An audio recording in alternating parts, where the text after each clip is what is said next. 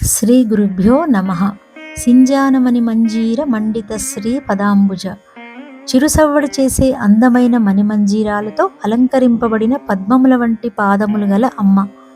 అమ్మ ఆపాదమస్తకముండే అన్ని అవయవాలు సౌందర్యం మాత్రమే కాదు, చైతన్య స్వరూపాలు కూడా. అమ్మ పాదం ఏమాత్రం కదిలినా మంజీర నాదాలతో శ్రవణానందకరంగా ఉంటుంది. మంజీర నాదాల నుంచే వేదనాదాలు పుట్టాయి. వేదాలకి తొలి పలుకులు అమ్మ మంజీర నాదాలు.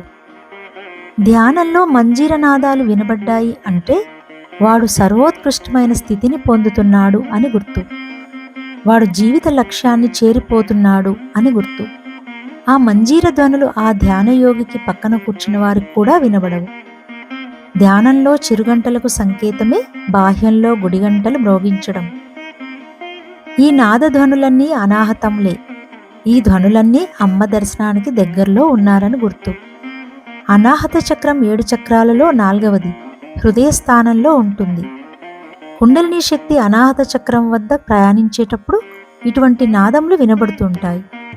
ఇది ప్రేమ, కరుణ, సామరస్యం వంటి భావాలతో ముడిపడి ఉంటుంది. ఈ సమయంలో హృదయ భావాలు లోపలికి భగవంతుణ్ణి అనుభవించే దిశగా కదిలినప్పుడు అది భక్తి అవుతుంది. అదే శక్తి ప్రపంచ దిశగా కదిలినప్పుడు అది ప్రేమ అవుతుంది. అందుకే హృదయ పరిశుద్ధం కలవారు ధన్యులు, వారి దేవుని దర్శిస్తారు అన్నారు క్రీస్తు వాక్యం. నాకు అత్యంత ఇష్టం అన్నారు వివేకానందులు. ఓసారి శారదామాత తన తండ్రితో కలిసి పరమహంస వద్దకు వెళ్తుంటే దారిలో శారదామాతకు తీవ్ర జ్వరం చేస్తుంది.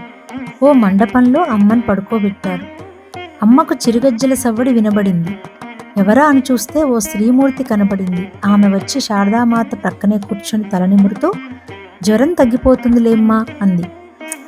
ఆ స్త్రీమూర్తి సాక్షాత్తు కాళీమాతే అనడంలో సందేహం లేదు. అంత అందగత్తెని ఈ జన్మలో చూడలేదు అంది శారదామాత తన శిష్యులతో తరువాత రోజుల్లో. పరమహంస ఓ రోజు శారదామాతను తెల్లవారుజామున ఊరి చివరన ఉన్న చెరువులో స్నానం చేసి రమ్మంటారు. 13 ఏళ్ల పిల్ల చీకట్లో ఒంటరిగా ఎలా వెళ్ళడం?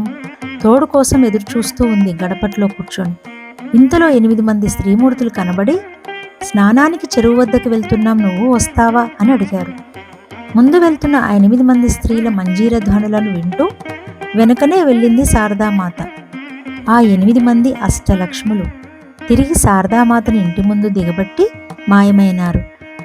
అమ్మ తోడు, నిజంగా అమ్మే తోడు.